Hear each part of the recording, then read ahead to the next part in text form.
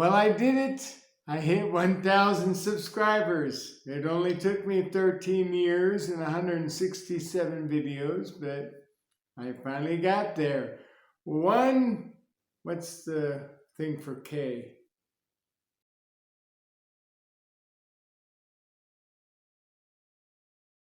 Well, I did it. I finally hit 1,000 subscribers. 1K. It only took me 13 years and 167 videos, but we're there. 1,000!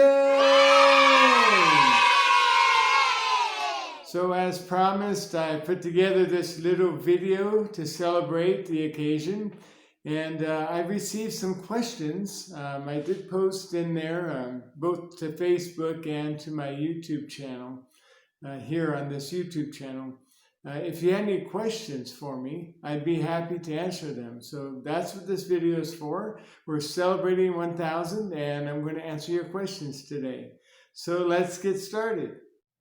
The first question comes from Ron Friedland. Awesome, Bart, and well-deserved. Question: where or how did you develop your sense of building textures and the feeling of space with your keyboard parts? I think that's one of the biggest strengths in your music. I agree. That is definitely one of my strongest points, facets to my songwriting process. I love the feeling of space and texture, layers, different layers. When I grew up, I was listening to songs by the Beach Boys, who are probably hands down among the very best when it comes to things like harmonies and different layers to their music, the subtle approaches that they used, right down to the more obvious ones. Also, my mom had old vinyl records of bands like the Letterman, the Vogues, those type of artists where they were heavy on space, texture, and harmony. And then, of course, growing up, my generation, I was listening to bands like Depeche Mode and Air Supply and Phil Collins, Genesis. I could go on, and those were big influences to me in my own music. So a lot of bands like that, Alphaville, a lot of the electronic bands, big influence. And of course, I always liked heavy metal. I'm a metalhead too. But I liked everything 70s and 80s. So that plays a lot into my own approach. I like having that emotional feel. And I think you can accomplish that by having haunting chords, different layers weaving in and out of the song, harmonies. And then, of course, you want to have something beneath it that's busy or something that's moving, a faster moving bass line maybe, or the drums are the driving force of the song. And then I layer on top of that the texture, the chords, the space. And I think it makes a great combination. That's my style. And I'm glad you appreciate that, Ron, and I appreciate your question. Thank you. The second question is from Rena Arsenic. That's awesome. Congrats. What inspires you to write a song? What inspires me? Many different things can inspire a song. It could be a true life experience, or maybe something I read online, or I saw on TV, or something that a friend is going through, or just an emotion or a mood I'm in, a person. Many different things inspire my songs. The third question comes from Stephen Ernie. Congratulations, Bart, on hitting 1,000 subscribers, my friend. My question is, writing songs comes very hard for me, but how and when did you start writing? And what inspires you most in your writing? For example, real life experiences, etc.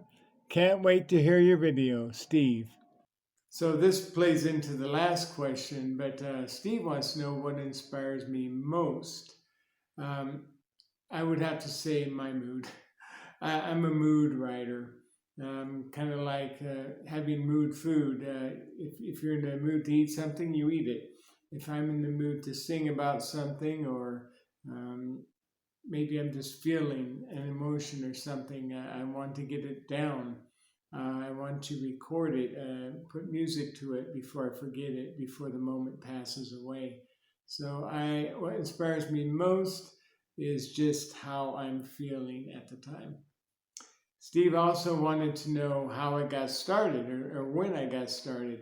And I was hoping somebody would ask this. When I was really young, I mean, too young to remember really, 1 or 2 years old. I do remember spots of this, but my mom told me when I was that age, I would sit at a piano, much like the one that's over here, an upright piano, and just bang away on the keys and just sing my own songs, even at that early an age, still wearing diapers and writing music. um, so that's early evidence of when I first started getting into music. And then as I grew older, my mom played the accordion. My uncle played acoustic guitar, and then we had a friend of the family who also played acoustic guitar. And it was not uncommon to have big sing-alongs. We'd get all the families together, and they'd all play their instruments. We'd all sing along. All of us kids were out there playing, having fun, goofing around. And all the adults are sitting around singing, laughing, having a good time. And of course, to some of the more familiar songs, all us kids would jump in and sing too. So um, when I heard of my mom play a certain song that I wasn't too familiar with, but I remember her playing all the time. And I asked her, who sings this one? Who is this one from? She goes, well, I wrote that song. So I was like, well, if she could write songs, so could I.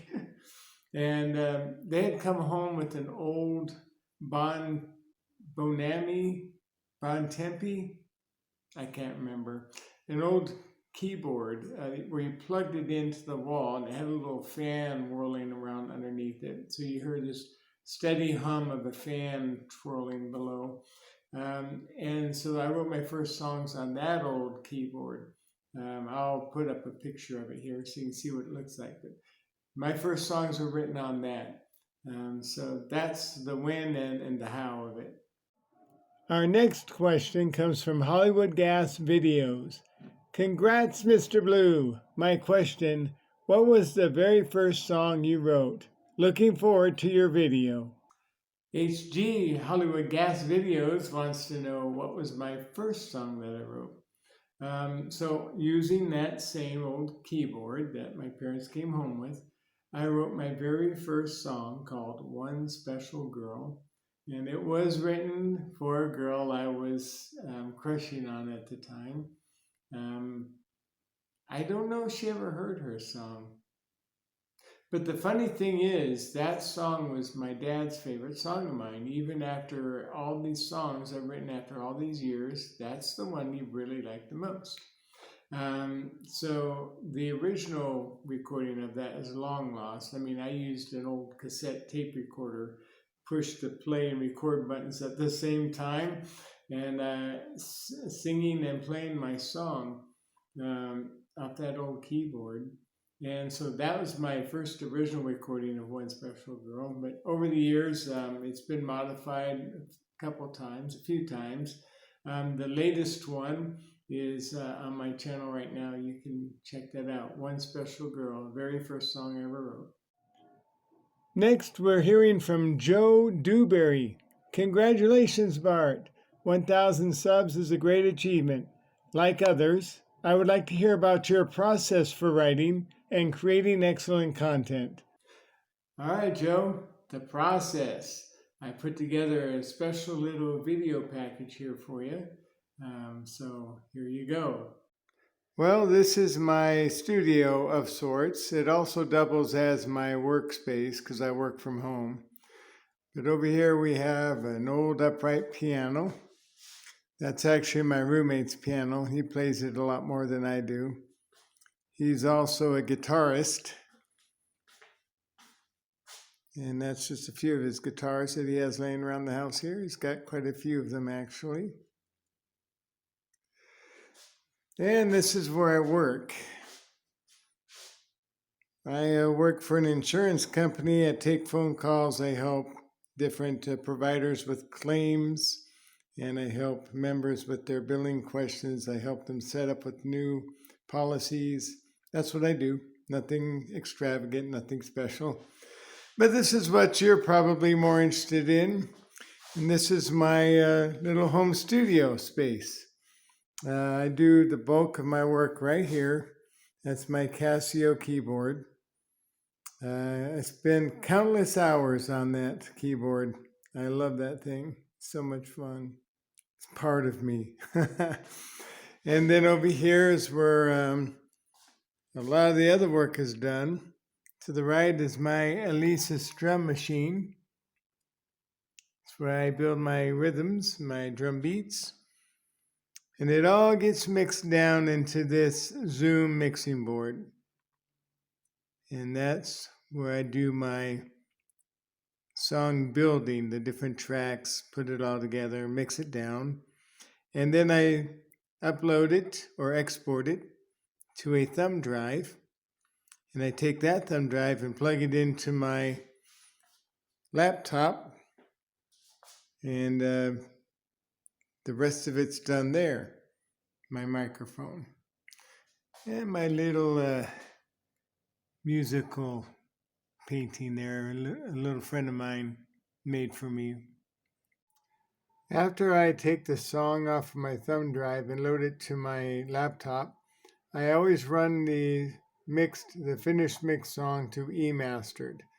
And it is here where it gets a real nice polished studio feel to it. It does drastically improve my mixed song from my Zoom mixing board, and it really makes it sound a lot better. So I always go here to E-mastered. After E-mastered, I go to Clipchamp, and that's where I build the video for the song. Here is just an example of that with one of my latest songs, My Own Eyes. So I will typically find images online that are copyright free, or I'll go to OpenArt or ChatGPT and build my own images. This image, I believe, was built using ChatGPT. And then, of course, down here is my music track, my lyrics, and the actual visual. After that, of course, I post it to my YouTube channel. And tons of videos. The life of a musician. And then I have my Facebook page, which I will post my songs to in here.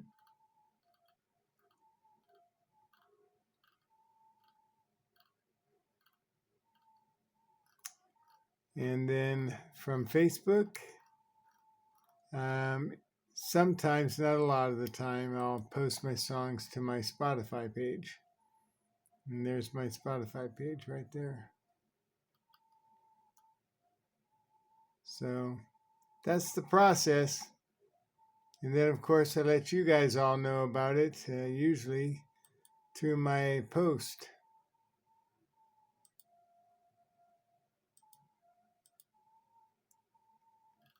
I'll post different things in here.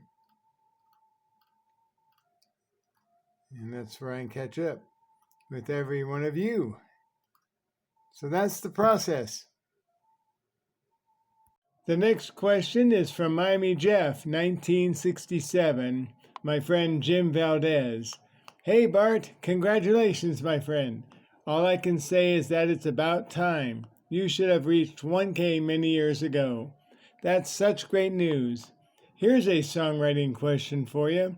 When you write a song, what comes first, the lyrics or the music? For me, sometimes the lyrics come first, but when I'm goofing around in my studio, sometimes the music comes first.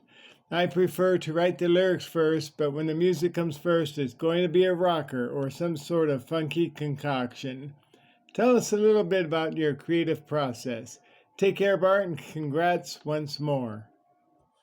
Jim Valdez and I, we did a collaboration together, so you'll have to be sure to check that out. But he wants to know what comes first, the chicken or the egg, the music or the lyrics. Um, Typically, for me, the music always comes first. I want to set the mood. I want to get the feeling of the song. I want to get the emotion. I want to get that blood pumping first with the sounds you're hearing, the chords, building the progression. I always fit my lyrics into the music. So that's about 90% of the time how I write my songs. Like I said, I'm primarily a mood music writer. But on occasion, some words or lyrics do come to mind, and I'll write them down so I don't forget them or type them out on my computer into Word. So I have them, and then I'll work on it later. Or maybe I'll come up with a tune, and then I'll say, oh, those lyrics I wrote would be perfect for this. So then I'll do it that way. But most times the music will come first, and then the lyrics are applied to fit the song. And finally, the last question of this video is from Ruth Loader. Hello, Bart. Congratulations. You deserve it. My question is, why are you called Bart Blue? How did I come up with the name Bart Blue? Obviously, you're right. That's not my real name. So different things played into this. First, I was posting songs under my real name, which is Bart Gilbertson. But people weren't remembering that name, Bart Gilbertson or Bart J. Gilbertson. So I wasn't getting a lot of views. And when people would try to pronounce my name, they'd goof it up. They wouldn't say it right. Bart Gilbertson. That's my favorite one. So I reached out to my brother and I said, I think I should probably come up with something different. Something short, catchy, kind of give myself a new name and a fresh start. So I had already created an icon of me colored blue. So, and it's still on my channel right now. The icon on my channel is of me in blue. And also, it's my favorite color. And growing up, one of my very first favorite songs was Song Sung Blue by Neil Diamond. So, it just seemed right to use the name Blue. And it's short, it's catchy, Bart Blue. Don't have any problem saying that one. If you have difficulty pronouncing that name, then I can't help you. But Bart Blue, that's how that was born. That's how I was born. And that's my professional recording name. Well, this was fun, and I want to thank everybody for tuning in. And if you've lasted here to the end of the video, I'm so glad you stuck around. My music is a part of me. I'm getting older on in years now. My health isn't what it used to be. My eyes aren't what they used to be. But I keep going. I keep plugging along. As long as I can write songs, I'll keep posting them. And as long as you keep listening to them and commenting, I'll always reply. So I have a great support here. Some fantastic songwriters out there that I've made friends with. So I want to call all of you out. It'd take too long to call you all out by name. You know who you are. I've worked with you on collaborations. I've visited your channels. I've supported your songs. Some fantastic songwriters out there, and I'm pleasured and just honored, really, to be counted among your friends. So thank you again, celebrating 1K, and here's to the next 1,000. I'll see all of you down the road.